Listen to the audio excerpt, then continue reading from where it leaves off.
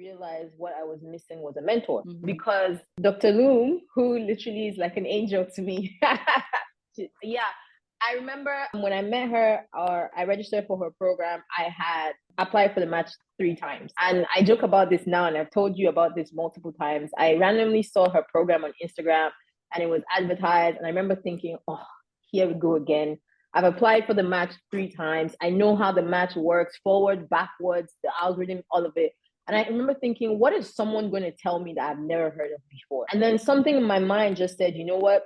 Give it a chance. And I laugh about this now, but she had an option at the time for paying an installment. So I was like, you know what? I'll pay the first installment. If it ends up being a facade, I'm not going to pay. I'll call my credit card and cancel. So, and then I realized that I thought I knew everything about this process, and I didn't know enough, because the process, as explained on the websites, on ERAS, on the NRMP, is for the ideal candidate, the candidate who got 250 on their steps, who did all their rotation, who graduated last year, and you're not that. So you need to find a mentor who understands your situation, who understands what is different about you, who can see the gaps and fill in what is missing. That's the first thing that you need to do. And then I think the next thing, which I didn't do a good job at as well, is taking the shame out of the equation and thinking about this as a logical problem, because I spent years crying about what I could and couldn't fix.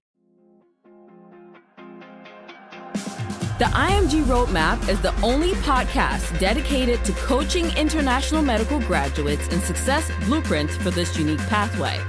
I am Dr. Nina Loom, your host, a previous IMG turned hospital medicine physician, healthcare administrator, speaker, and coach. I empower, encourage, and equip you with actionable steps that you can take towards the residency position of your dreams. Hey everyone, welcome to another episode of the ultimate and one and only IMG Roadmap podcast. Today's guest is Dr. Jessica Akpabio. Hey, God, why, what happened? Why could I not say your last name today? Okay, we'll do that over again, and we're going to keep it in the cut. We're not cutting that out. Dr. Jessica Akpabio. Right. Yes, I got it right. So welcome to the show, Dr. Jess. Where are you calling from today? Hi, everyone. My name is Jessica. I'm calling from Chicago, Illinois. That's what's up. That's what's up. Chicago is like the stomping ground for most IMGs. You know, we all kind of pass through Chicago, whether it's rotations or clinicals, right, serverships and stuff. But how did you find yourself in Chicago? What's your background? So I went to med school in the Caribbean, like a lot of IMGs, and over there, the consensus was you either after med school move to the US or move to England and pursue your dreams there. I didn't really think much about going back to my home country at the time, because the opportunities for specialization were very rigid, I would say. They would only pick a few people, and I knew I wanted to be a specialist, but I didn't know what, but I knew I wanted to be a specialist. So, you speak to this person, you speak to that person, and they give you limited information, and then one information adds, and everything just adds up. And next thing you know, I moved to Chicago with a bunch of friends. There was about 4 of us at the time, or 5, I believe. We came here with so many dreams. We came for the Kaplan course, and after we stayed behind, did our rotations, and just, everything just happened so fast. And next thing I know, I'm applying for residency. Oh, wow. So, yeah. Wow. I want us to unpack that. There's so much in that little intro. It's not little, it's actually years, right? It's many years. Yes, many years. Many years. A decade, actually. Yeah, so let's break it down, because the listener today is probably someone that is like us, right? Maybe a non-US IMG or US IMG, and they are in this predicament trying to get into residency in their desired specialty, and they're hearing that and they're like, oh wow, so easy peasy, right? But we know it was not easy. And so let's kind of unpack that. So home country is Nigeria. Correct. And then you went to medical school in the Caribbean. Yeah. And then from the Caribbean, you moved here. I actually also came to the US to do Kaplan.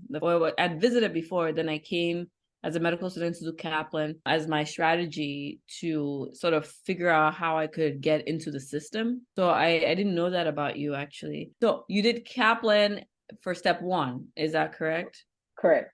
Yeah. And then kind of stayed on, did rotations, and then and did your school help you with your rotations? Yeah, they did. Okay. So did rotations and then completed step 2 while still enrolled in your school and living in Chicago. Correct. What was your experience with the USMLEs as maybe someone who had left from Nigeria to the Caribbean to the US? How was that for you? So my experience, whenever I say I'm from Nigeria, my experience is kind of limited because when I left Nigeria, I was 15. So I did everything in the Caribbean, pre-med, med school, and everything. So I don't know. My experience was not a lot of guidance. And that's something that moving forward, I tell every IMG I meet is like, I was hearing bits and pieces of information from different people, piecing it together and just forging my way ahead. It's like, oh, if this person tells me they did the Kaplan course, yeah, I'll do it. If this person, while I was probably studying the Kaplan notes, someone's like, oh, Kaplan is too bulky, do DIT instead.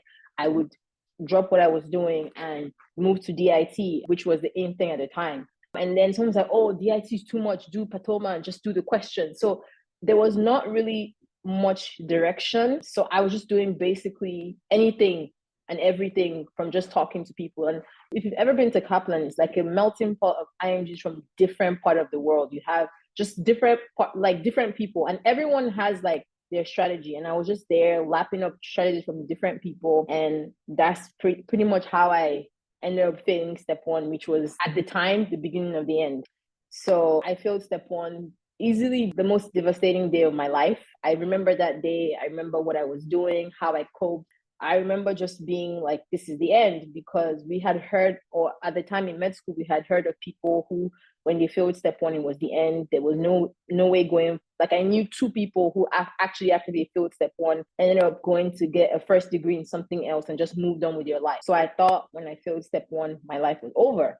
And I remember just calling my mom, who's like my inspiration. Like I talked to her about everything and she was devastated with me, but then she was like, okay, so what's the way forward? And I was like, everyone is telling me this is the end. And she's like, she's one of those people who you meet and where there's a will, there's a way with my mom. She's like, if someone is going to do it, if no one has ever done it before, it's going to be me and you. We're going to do this together. Like, what's the way? So I immediately, same day, started like, making a plan. Like, I knew nothing at that point about writing the exam a second time, because at that point, no one I knew had rewritten step 1. So I was like, is it even possible to rewrite step 1? So many questions, coming at me 1,000 miles an hour. And I was able to redo step 1. I passed, but I didn't do well because of the emotion, the shame, because at this point, I'm in Kaplan. I finished. All the people I did Kaplan would have written their steps. They passed. They're no longer in Kaplan. So I can't study at Kaplan anymore. The libraries where I used to study at, I can't go there anymore because everyone officially knows I've written my step 1. So why are you here with step 1 books? So like, there's just this shame of like when you fail, like, so I ended up having to like study at home. So no one could see me or know what I was going through. Wow, that's something, right? Like you sacrificed so much to take the Kaplan course. Kaplan course at the time when I took it was like $5 or $6 grand, and that doesn't even include lodging. So usually they give you for mine it did include lodging, where you had no, mine didn't. Yours didn't. Wow. I did it was $6 grand, no lodging. Wow. I did it. What year did you do that course? 2015. Okay.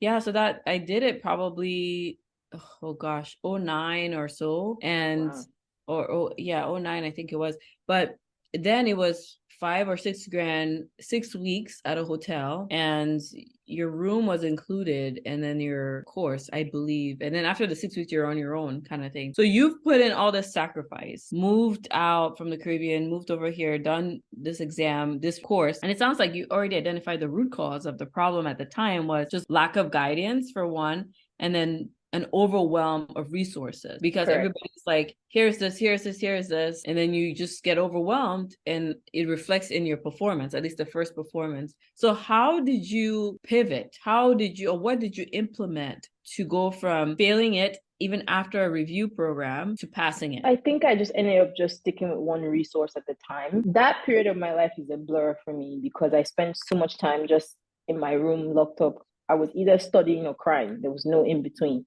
Because at that point, I felt jinxed. I felt there was something wrong with me. There was also a feeling of shame because at that point, my parents had spent this money out of pocket paying for this course and I still failed. So it was like, maybe something's wrong with me. So I think even though I studied differently, I didn't do well just because there was just so much pain associated with that period.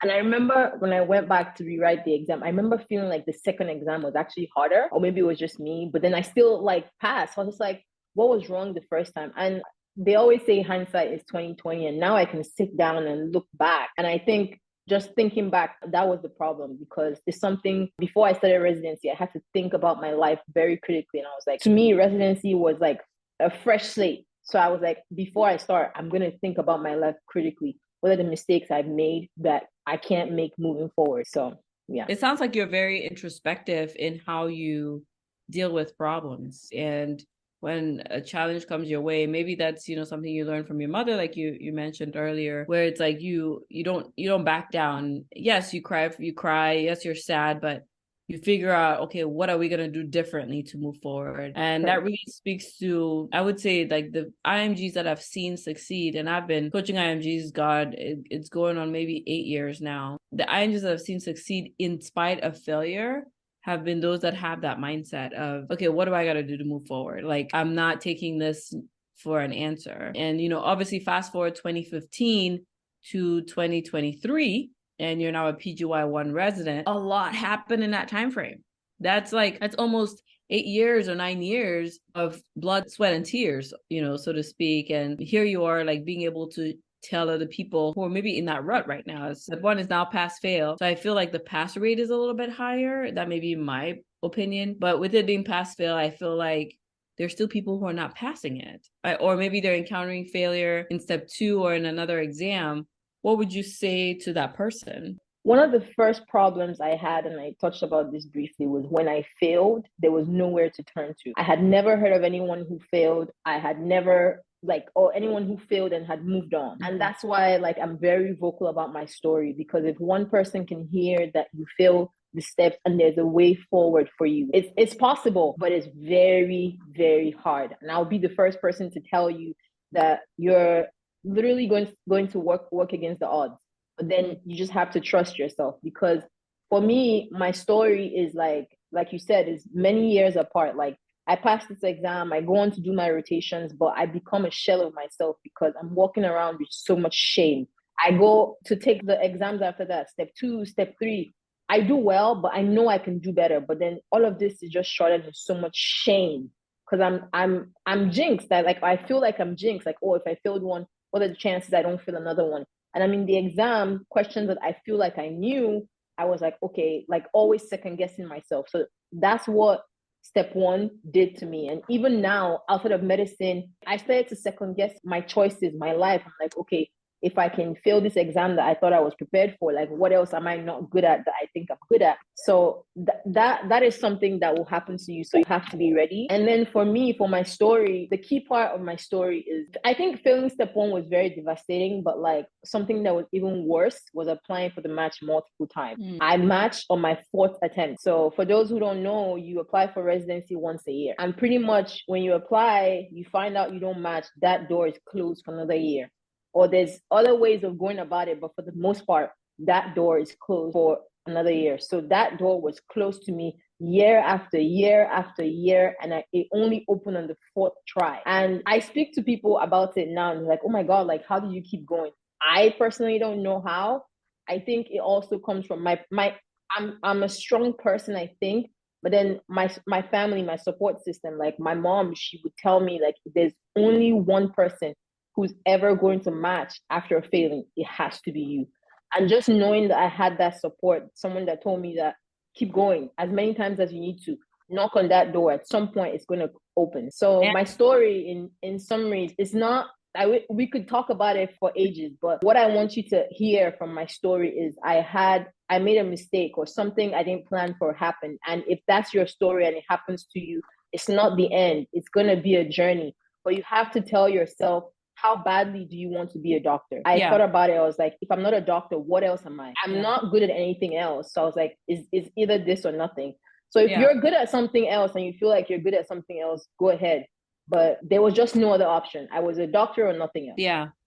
And I think it goes back to that same thing we're talking about in the beginning, is that mindset that you have, which is it's go big. It's like you're gonna go for it until the your shoes come off. Like you're going and you keep going, you get beat down, but you keep going. And it's so hard to be persistent. Like it's hard to show up consistently for years and not see results and have hope and have faith. And I don't know, as a believer, as a Christian believer, I often wonder, like, I think the only reason I can have any iota of that is because I trust in a higher power. I trust in God.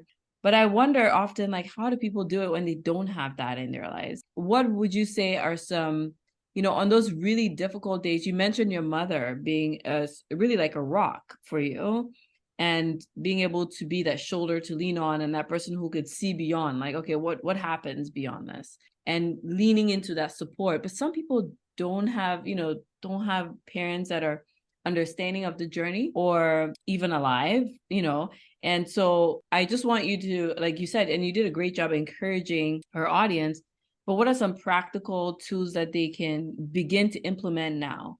So I'm that person, and I have that failure in my record, and I'm applying for this next cycle, and I'm already beginning to count how it's not going to work for me. What are some practical steps that I can say, okay, I don't have a support system, and by myself, where do I start? So that's the first problem.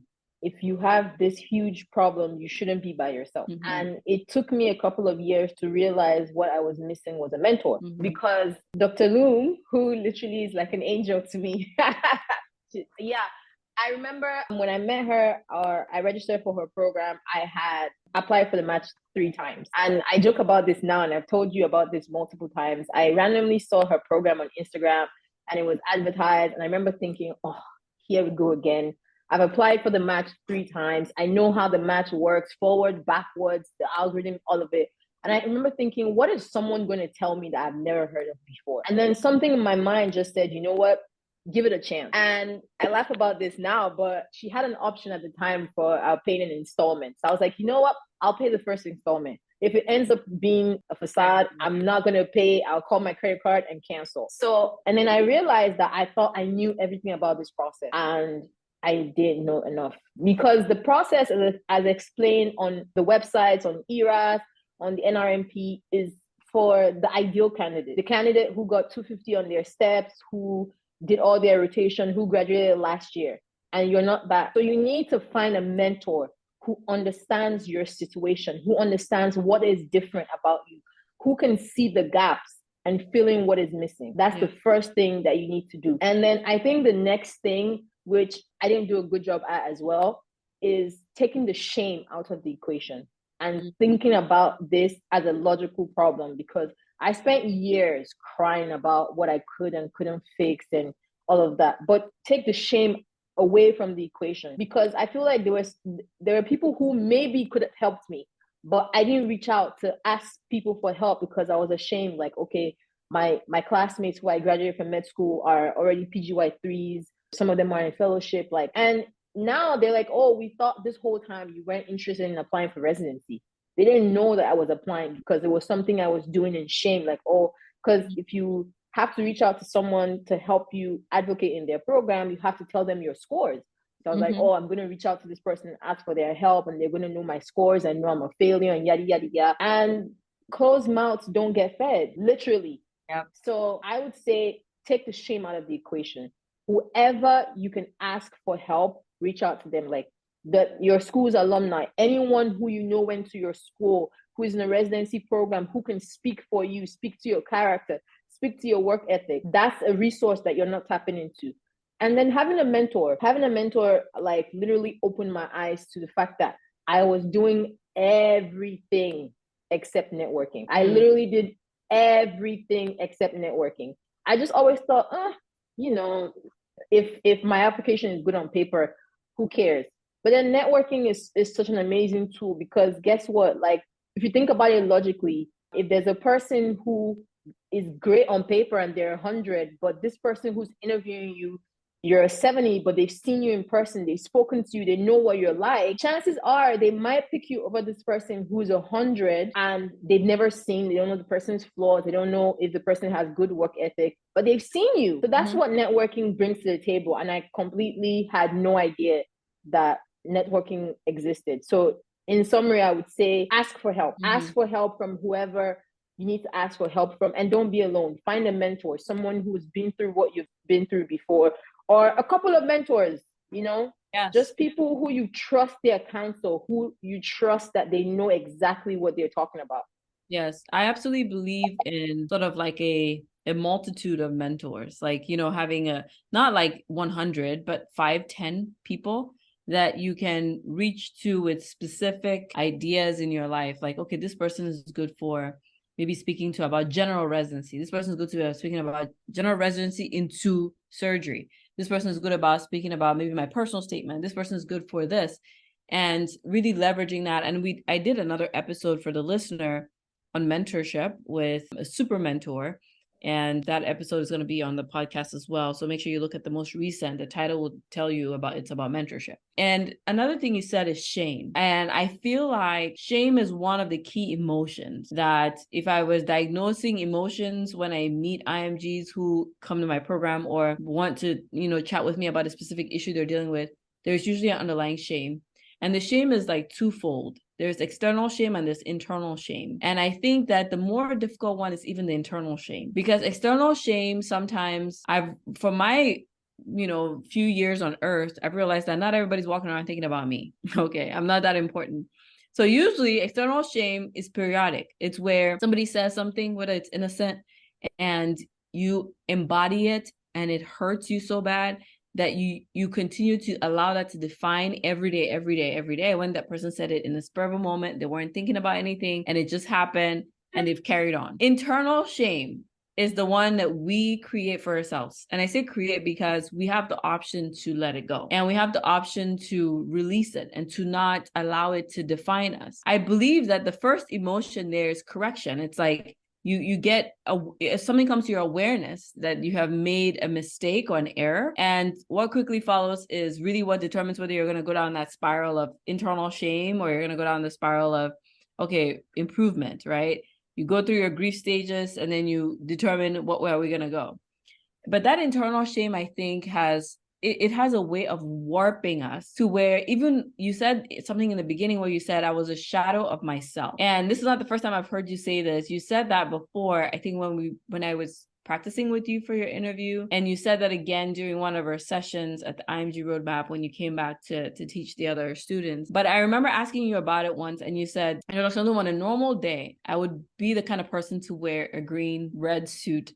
I would be the kind of person to be more outspoken. But what this process has done for me is I just want to hide. Like, I just don't want to be seen. And my true character doesn't seem to come out. And it made sense to me because I remember how quiet you were during our sessions in the IMG roadmap. But then something shifted when you came back on the course as a teacher. And I was like, is this the same Jessica? Like, the fire was there. But it took you sort of like processing that shame and seeing a victory to be able to sort of shed that shame or a lot of it and say, no, but there's something greater. There's something more. Like, I am more than an experience. I'm more than a past failure. I'm more than a circumstance. And I don't know what the antidote is for shame, but I agree with you 100% that beginning that internal work on dealing with it would allow you as the listener to identify how to move forward from it. But until you deal with it, you'll be in the DMs and someone's asking you, what are your scores? And I get this all the time. People say, I'm like, what are your scores? And well, I didn't do well. That's not the answer to my question. What are your scores? And then half the time, sometimes it's not even a bad score, but it's just that insecurity, that shame. And I really like that you pointed that out. And mentorship, I think, can go in so many ways. You can have a resident mentor you. You can have someone that's just 1 year ahead of you mentor you, someone younger than you mentor you, someone who, there's no limit to what you can learn when you are humble enough to receive teaching, mentorship, and the likes. And the shameless plug, shameless plug for my program. If you're interested, it's imgroadmap.com, or you can meet us in the show notes. So let's take some more questions that I have for you. Now, you mentioned about the the residency application process like 4 times in, and you did mention networking is one of like the key things that maybe shifted. But boy, can you tell me what was going through your mind the third time you were applying? Like, because the first time I get it, the second time I'm like, okay, but you're going at it number 3. How are you feeling in that moment? Whew. I don't know, like each of the losses hurt differently. So the first time it was like, okay, I was expecting this would be hard, so whatever. So I didn't match. I wasn't too bummed about it. I was like, I've heard I'm going up against the odds, so it would be hard. The second time we had formed a group, me and a couple of my friends, and we were practicing together 3 times a week on this group. And there were 7 of us. And the second time, 5 people matched and 2 didn't match. I was one of the 2. And then it was like, okay, I was still sad. I was bummed, but I had this friend on the group who didn't match, and almost like I had a grief partner. We went through it together. The third cycle, so it was just me and her practicing and just going about our business. And then she matched and I didn't match. And then that's when I was like, okay. At that point, I realized, because now if everyone's on the group has matched and it's just me, that at this point, like, I need to like grab the bull by the horn, as they say, because everyone is doing something, or there's something missing. If in a group of 7, everyone has gone into residency and I haven't. And a bit of introspection, I was like, okay, I was looking at my application. I was thinking, what can I change about my application? And I think it was during that time I was researching a lot. And because of that, the IMG roadmap sort of like came to like my Instagram feed, I believe, the algorithm. And that's when I did your course. I think it starts in April. And then I just realized there were so many things I wasn't doing correctly. For example, I think one of the things that now in hindsight, I can say made me a shining star applicant was my personal statement. And the whole time, we're like, the people I know, we write our personal statements to be like this thing that rehashes our CV, talks about all the important things that we've done in our career. But then I came on the IMG roadmap and you were like, no, write about yourself. Like, and I'm like, I'm a pretty interesting person if I do say so myself. I'll write about the interesting things I've done and the things I've seen. And every time I got interviewed, people would talk about it. And I thought, oh, they're just, just saying that because they say that to everyone. But then I got into residency and I had a couple of med students ask me like, hey, we're trying to get inspiration for our personal statement. Do you have yours? And I showed it to them and like their jaw dropped, like physically. And then that was the time I actually believed that I wrote a good personal statement, because you tell yourself it's good, but then when if a med student or a couple tell you that this is good, they read it, they were like glued to me while I was reading it. So just stuff like that. And that's why I say having a mentor is very, very important. But I'll tell you for a fact, each loss stung like crazy, especially the third one. I remember I actually took time off work just to cry in my house. My family was crazy worried about me. They were scared I was going to hurt myself. I put my phone on DND. I wouldn't talk to anyone.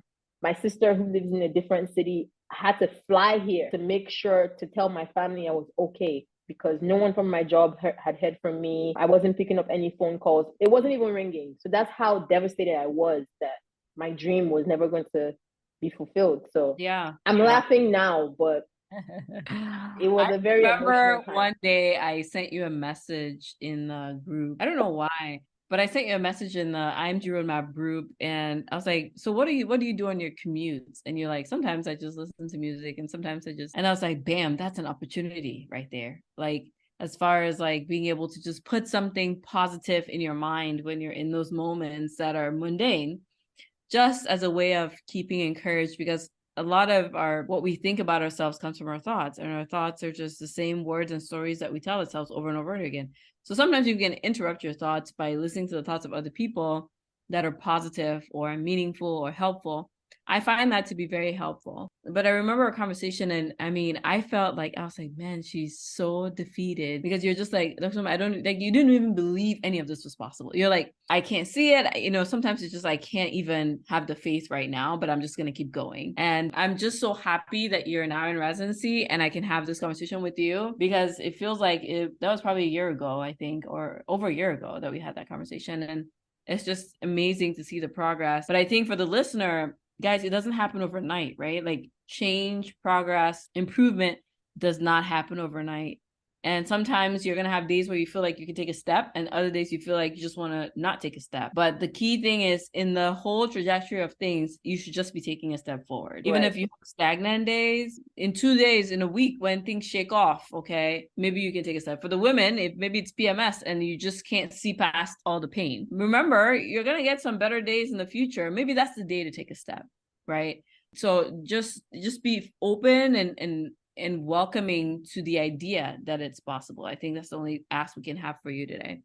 So I want us to just pivot a little bit, because so through this process, you're able to work. And I think that also plays a role in your story to a certain degree. Can you share with us the kind of work that you were involved in? And the reason I ask this question is I get people who are like in this process and they wish they could work. And I know that you got to work in healthcare. I remember just being fascinated the day you told me what you were doing. I was like, wow, I didn't know that was even a thing. But can you share with others who maybe are like in limbo, looking for employment? Like, what were you doing and how did you get started on it in the meantime? Because that's a lot of years and you had to pay my course. So a lot of money. Yeah. I did a bit of everything. But I think one of the things I go by is to your own self be true. I knew I wanted to be a doctor. So I was like, whatever job I get has to be in healthcare at some point or the other. So the first job I did right after I finished was I worked as a medical assistant in a primary care practice. And I'm still friends with my boss till today because she was amazing. Pretty much took me under her wings. I got to like, it's like one step in the door. It's like you see how a clinic functions and chat with patients. That was good. But then I needed more money and it wasn't paying the bills. Yeah. So I ended up leaving that job. Around the time the pandemic started, they were looking for people. So I remember seeing a lot of ads for in Chicago, they were opening up a drive-by vaccination center that was aimed at vaccinating 1,500 people a day. And I applied. And for some reason, they pulled out my application and they're like, you can't work here because even though you're applying to be a medical assistant, you don't have a medical assistant degree. But the person who was running the place, he's like, I see you've written all your exams, so you're invaluable. I'm going to put you somewhere else. So he ended up putting me to run logistics for this huge place. So he's like, the medicine, you just don't have a license to practice. So I ended up running logistics, making the schedule for the nurses, making sure people who actually were supposed to be there knew what they were doing. Everything was running. And like I said, this was a drive-by, literally 8 lanes, drive in, get vaccinated and go. And then it spun into different things. But I was able to contribute in some way because I was still helping during the pandemic, getting people vaccinated. I was sitting at these meetings trying to help the city of Chicago come up with different incentives and ways to get people vaccinated. Of course, the pandemic starts to die down and Chicago ended up having one of the highest vaccination rates in the country. Then, things started to dwindle down over there. And then it's like, okay, it's almost time to go. So I ended up speaking to someone. Like I said, you need to ask questions about a course that she had done. So it was for EPIC. So with EPIC, you can do this course where they teach you how to use the EHR. And then you travel all over the country teaching people how to do it. Again, I get there and they're like fascinated. Like, oh my God, you're a doctor. This is like what we've been looking for. So pretty much they teach me the health system and they post me to different places. Of course, I'm like this unicorn that they've never seen because I get to these hospitals and the doctors have questions that they want to ask the technicians, but they don't know how to phrase it in non-medical ways. And then I'm this gap between them and the technicians. So like, of course, I'm in high demand. I'm traveling all over the country at the same time, still interviewing for residency. And then I ended up getting an interview from one of the hospitals where I went to because like, I'm talking to them and they're like, oh my God, like, how are you so knowledgeable? And like, I'm actually a doctor. I'm applying for residency. And I remember being in the resident lounge and their chief literally held my hand and walked me over to their coordinator. She's like, this girl is an asset. Because if she matches here, the next couple of residents who are coming in, we don't even have to pay her. She'll just be someone stationed here who would teach residents how to use EPIC. And we had a good laugh about it. So I hadn't even applied to that program. Bear in mind, it's like November. So they say school, just send an application and we'll see where it goes. I ended up going back to my hotel that night, sent an application. Boom, I got an interview the next. So I actually ended up interviewing there. So I say all of this to say, if you can, like, don't you might be pressed about money, which a lot of us are, but like try and find jobs in healthcare as much as possible. The jobs I had were not traditional.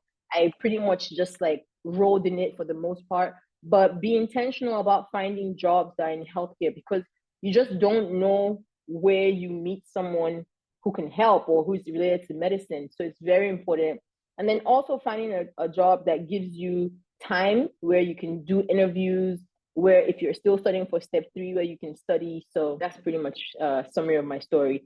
And also, I was going to say also, having all of this experience at the end of the day added to the package, because I was very surprised at how fascinated people were when they would ask me like, okay, what are you working on now? And I would tell them and they'd be like, wow. They were very fascinated by the fact that I had multiple facets, if you could say that. So don't be this person who just stays in your room or in your house, you're just sad and you don't see the world. Go out, get a job as close to medicine as you can. I actually met someone who's actually almost like me.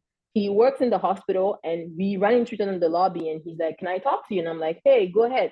He's like, I'm a phlebotomist at the hospital. I draw people's blood, but I'm a doctor trained in Ghana and I'm applying here. Do you mind putting in a word for me? And I was like, sure. And that's an innocent exchange. Yeah. I just met him because he was coming to do a stat blood draw. Does he know your story? Does he know your He doesn't. He just like spoke to me. He's like, oh, are you the intern who ordered I think he just felt like as an intern, I would be more approachable. Right. And we just talked and I was like, good talk. So you never know. Yeah, you never know. And I kudos to that guy, right? For even just asking. And that's what you were saying before. Like, sometimes you have to put your problem out there so people can help you. If you're the podcast listener who sits in your house and don't get out, you're not, you've not slid in my DMs yet. You're not sliding in Jessica's DMs. You're nobody's DMs trying to figure out what's going on with your medical career. Do it. Do something. Ask, right?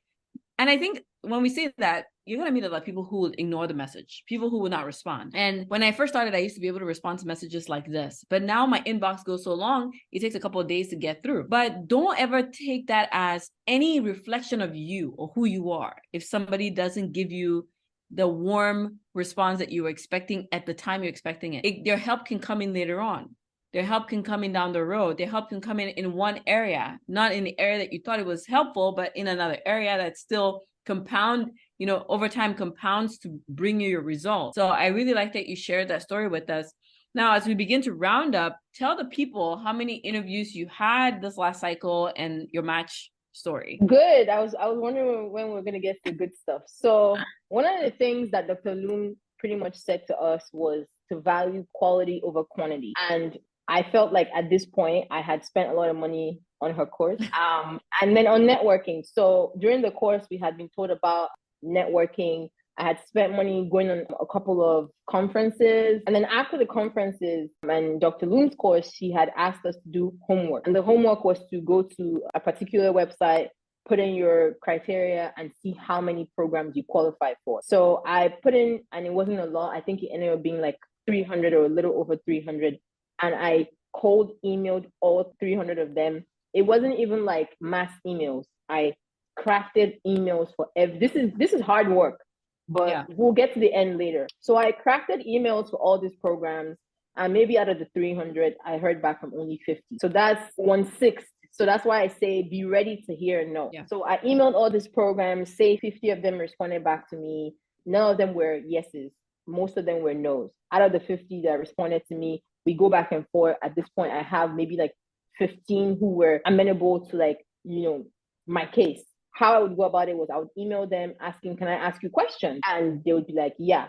And then I would email them and say, hey, I have a failure on my exam. On my record, do you accept people who failed? And other questions that I had. But that was the first question, because I was like, I spent too much money traveling for conferences. I just want to focus on who likes me. Mm-hmm. And then I ended up now bringing down the list to about 15. And some of these programs actually extended their hand to me and they're like, hey, like if you're this interested in our program this early in the cycle, bear in mind, I'm emailing them in like April and May. Do you want to come over? I was like, is that a question?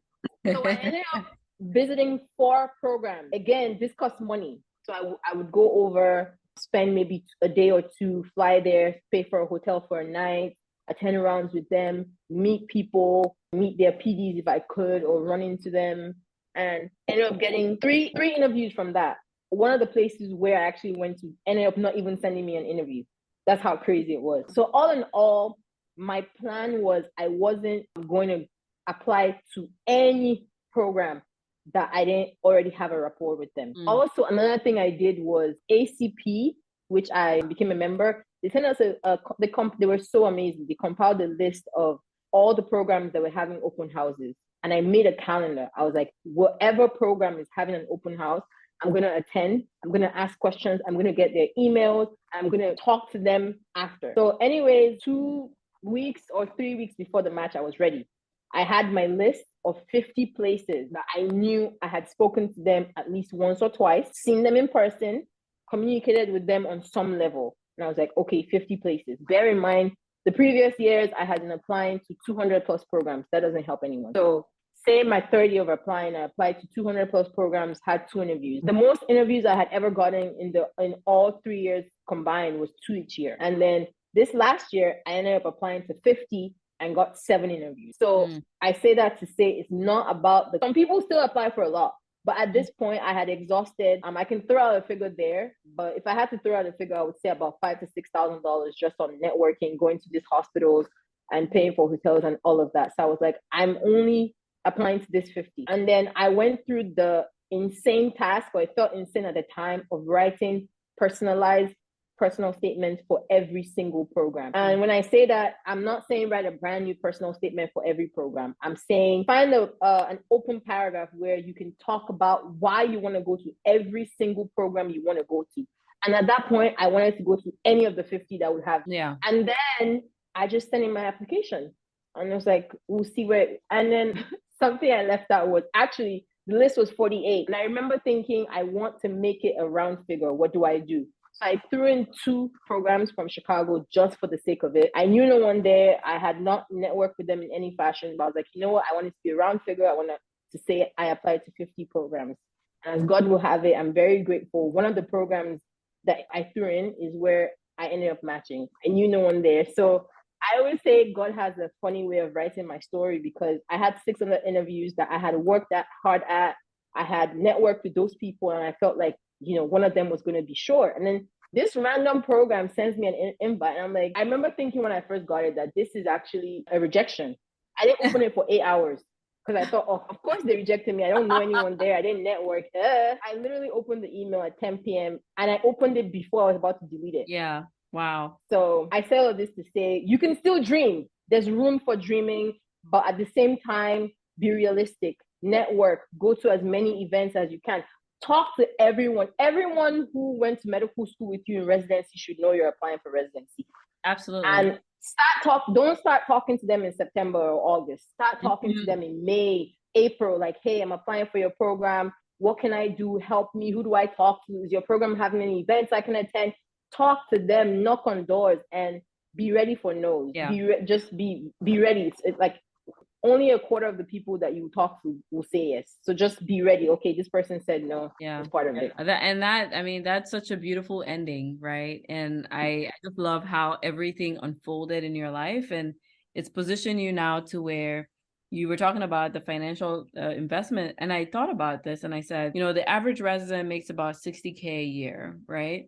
For 3 years, and then maybe in fellowship 70 or roughly there, and then they leave and they go into practice, and their earning potential is humongous. It could run from 250 on the lower end, 350, all the way to $1 million, depending on what you're doing. Like if you're going into, certain subspecialties. And in light of that, I feel like when we look back at how much we're investing in the moment, it's a lot for what we have as our resources. But in light of that, isn't that a worthy investment, right? Like, isn't that, and like you said, as God would have it, all the 6 places that you put all that into, you end up matching. I remember you called it your reach program. And you're like, this one's a reach program. I'm like, well, it is a reach program, but you got the interview. But, in light of that, you end up matching, 1, at a place that you consider a reach program. 2, where you're at right now, there's very, bearing only supernatural circumstances, there's really nothing that can stop you. And I think that is so amazing, because when I look at that, I'm like, the investment that you put in, you put in a lot of work, like real sweat, spreadsheets, homework, emailing. And a lot of that too, you're still the same person dealing with I still had that shame. It's still there. And you're now approaching people asking for opportunity. It's like, yo, who do you think you are, right? But sometimes you have to be that delusional to really think like, I'm going to go for it no matter what. Like, even if it doesn't seem possible, what do I have to lose? And that's my philosophy. What do I stand to lose? Nobody's going to come out of their computer and punch me in the face. Nobody's going to I'm not that important, okay? If you want to remember me and reply my email, you'll remember me and reply. If you choose to take care of your kid and not reply to my email, that's also fine.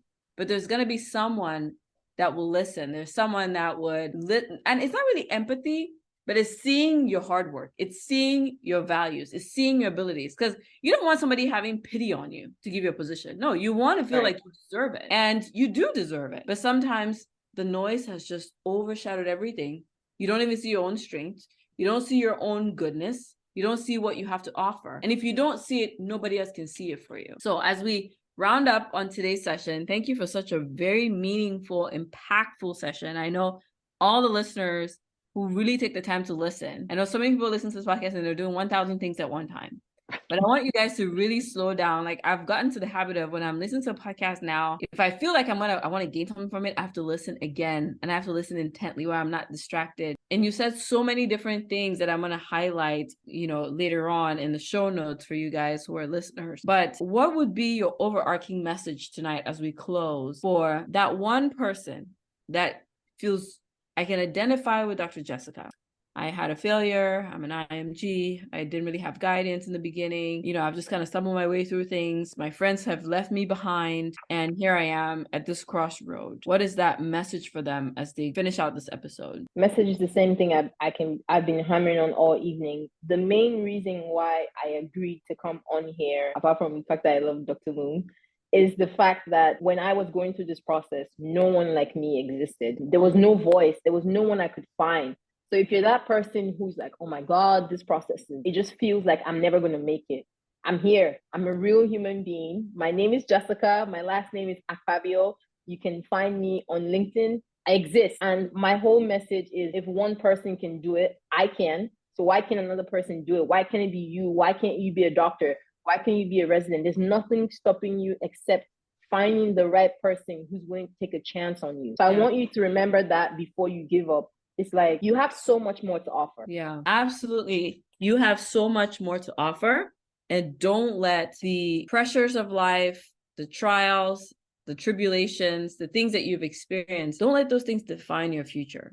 There is a lot yet in store for you, 100%. So thank you so much for coming on, Dr. Jess. It's a pleasure to have had you on here. I'm so excited to produce this episode. I can't wait for it to hit I was going to say the shelves, but the phones, those phones, I guess. I'm just so happy to see you thriving. And even, our life is never easy, right? Like, it's never 100%. But remember that for everything you've been through, you have the strength to draw from the past experiences. Like, the same Jessica that went through all these things, there's no trial that will come in your way that will be more, maybe different. But I feel like the same strength that you benefited from the growth of the last few years will take you through even the difficult years ahead. So I wish you nothing but the best. And it was super pleasure to have you. So you said we can find you on LinkedIn, and we'll have your LinkedIn in the show notes as well. And we'll hyperlink it. So if you click on her name, it will take you to her LinkedIn profile, and you can start to get connected with her. I really think we need to hear from more people like you, because boy, the negative rhetoric that's out here is there's no hope for us, right? Right. Here you are defeating the odds, and we thank you. FYI, I don't post a lot on LinkedIn, but I'm very good with my inbox. So if you send me a message, I'll respond. My whole thing is, I'm not going to get you a residency interview spot at my hospital, or I may not be able to. But if you just feel like you're really in a bad place and you just want someone to encourage you, to uplift you, to just talk to you through a bad day or a bad experience or a bad interview, because I've had my share of those, you can reach out to me. I'm happy to help. Thank you for clarifying. Thank you for clarifying. Sometimes, you just have to put your own foot forward, and your own doors would open up. They don't have to be the same doors as yours, right? Right. Another person's doors will be very different from yours, but the key is that the doors do open. My pleasure to have you. Thank you, Dr. Loom. Bye, everyone. Look at you. I'm so proud of you for listening until the very end. And because of that, you deserve a reward. And I want you to go right now to drninaloom.com and download any of my free ebooks, whether it's for electives or clinical rotations, or even just whatever trials come your way as you navigate your IMG journey. Stay tuned for another episode coming up next.